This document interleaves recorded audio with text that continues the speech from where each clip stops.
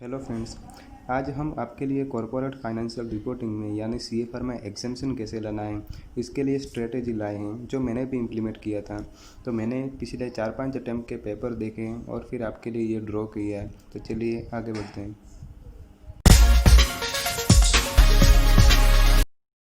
तो एग्ज़ाम में total 8 question आते हैं जिसमें से क्वेश्चन 1 होता है MCQ.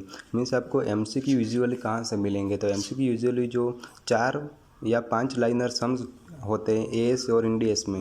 Means as study note one में आपको जो 4 या 5 लाइनर जो क्वेश्चन हैं वो आपको यूजुअली कॉपी पेस्ट आपको एग्ज़ाम में मिलेंगे।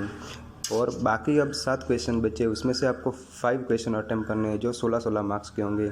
Mean 16 × 5 × 80 marks plus 20 marks MCQ, तो आपका 100 मार्क्स का पेपर हो जाएगा। तो सम्स यूजुअली अनप्रेडिक्टेबल होते हैं। मीन्स सम्स कहाँ से आते हैं एग्ज़ाम में वो हमें पता नहीं होता, तो हमें ज़्यादातर अपना फोकस थियरी पर रखना है। तो अगर हम थियरी पर देखें तो आपका जो क्वेश्चन 7 होता है वो 16 मार्क्स का पूरा गवर्नमेंट अकाउंटिंग में होता है। मीन्स आप अगर गवर्नमेंट अकाउंटिंग परफेक्टली कर लेंगे तो आपको 16 मार्क्स कवर हो जाएंगे। अगर हम आपका मीन्स आपका पहला क्वेश्चन हो गया अटैम्प्ट 5 में से। अब हम अगर दूसरा क्वेश्चन देखें तो आपको जो दूसरा क्वेश्चन है वो आपको क्वेश्चन नंबर 8 करना चाहिए। मीन्स वो कहाँ से आता है, तो जो 4 × 4 मीन्स आपको 4 क्वेश्चन दिए होंगे 4-4 मार्क्स में, तो आपको वो 16 मार्क्स हो जाएगा। मीन्स आपको 5 में से 4 अटैम्प्ट करने हैं। तो आप पहले जो 2 क्वेश्चन होते हैं वो स्टडी नोट 4 में से आते हैं, मीन्स जो रिसेंट ट्रेंड वाला चैप्टर है। दूसरा स्टडी नोट 7 में से एक क्वेश्चन आता है, स्टडी नोट 8 में से एक क्वेश्चन आता है, और स्टडी नोट 3 में से जो अमालगमेशन एंड कंसोलिडेशन में जो थियरी दी रखी है वहाँ से एक क्वेश्चन आता है। तो हम 2 + 1 + 1 + 1 मीन्स 5 में से आपको 4 अटैम्प्ट करने हैं। तो यह मीन्स आपका 16 + 16 आपका 32 मार्क्स का कवर हो जाएगा। और एमसीक्यू अगर 5 आते हैं मीन्स एएस और एनडीएस में से, तो आप 10 मार्क्स वहाँ से कवर कर सकते हैं और 32 यहाँ से, मीन्स आपका 42 मार्क्स इजीली कवर हो जाएगा।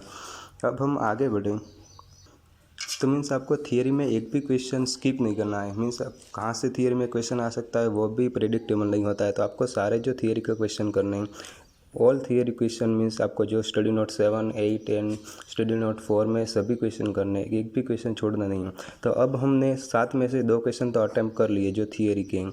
अब हमें 3 क्वेश्चन और अटैम्प्ट करने हैं। तो उसमें से यूजुअली आप शेयर बेस्ड पेमेंट और वैल्यूएशन ऑफ शेयर जो चैप्टर है वो अटैम्प्ट कर सकते हैं। मीन्स शेयर बेस्ड पेमेंट में मॉड्यूल में ज़्यादा सम नहीं दिए, तो मैंने एक लिंक डिस्क्रिप्शन में दिया है, तो आप वहाँ से भी क्वेश्चन कर सकते हैं। वो यूजुअली अगर आएगा तो वहाँ से भी कॉपी पेस्ट सम आ सकता है।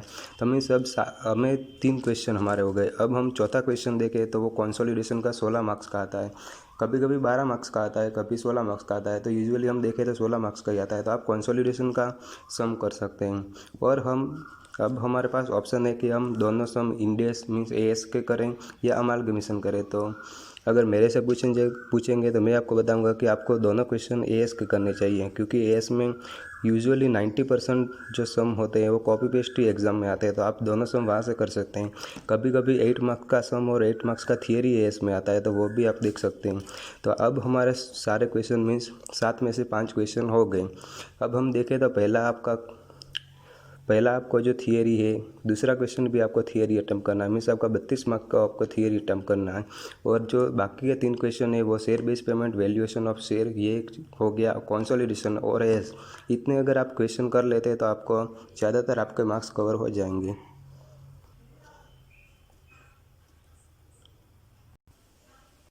अगर हम टाइम देखें कि ये मैंने जो सारे क्वेश्चन बताए वो करने में कितना टाइम लगेगा, तो आपको क्वेश्चन 8 एंड क्वेश्चन 7 की जो थियरी करने में मैक्सिमम आपको 4 to 5 डेज़ लगेंगे, ज़्यादा नहीं लगेंगे। अगर आप शेयर बेस्ड पेमेंट करते हैं और वैल्यूएशन का चैप्टर करते हैं तो आपको मैक्सिमम 2 to 3 डेज़ लगेंगे। अगर कंसोलिडेशन करते हैं तो मैक्सिमम आपको 3 डेज़ लगेंगे। और एएस का आप सारे सम करते हैं तो आपको 3 to 4 डेज़ लगेंगे। तो मीन्स आप अपना पूरा CFR 13 to 15 डेज़ में कंप्लीट कर सकते हैं। तो अगर आप ये स्ट्रेटेजी फॉलो करेंगे तो आप मैक्सिमम मार्क्स अर्न कर सकते हैं। मीन्स 60, 65, 70 भी आप मार्क्स अर्न कर सकते हैं। अगर पेपर हार्ड भी आता है तो भी आपको जो थियरी आपने की है, थियरी तो जो यूजुअली वो मॉड्यूल में से ही पूछते हैं, और सम्स बाहर से आ सकते हैं, बट थियरी तो मॉड्यूल में से ही आएगी। तो आप थियरी पे अपना पूरा फोकस करिए, तो आप मैक्सिमम मार्क्स अर्न कर सकते हैं। Thank you everyone.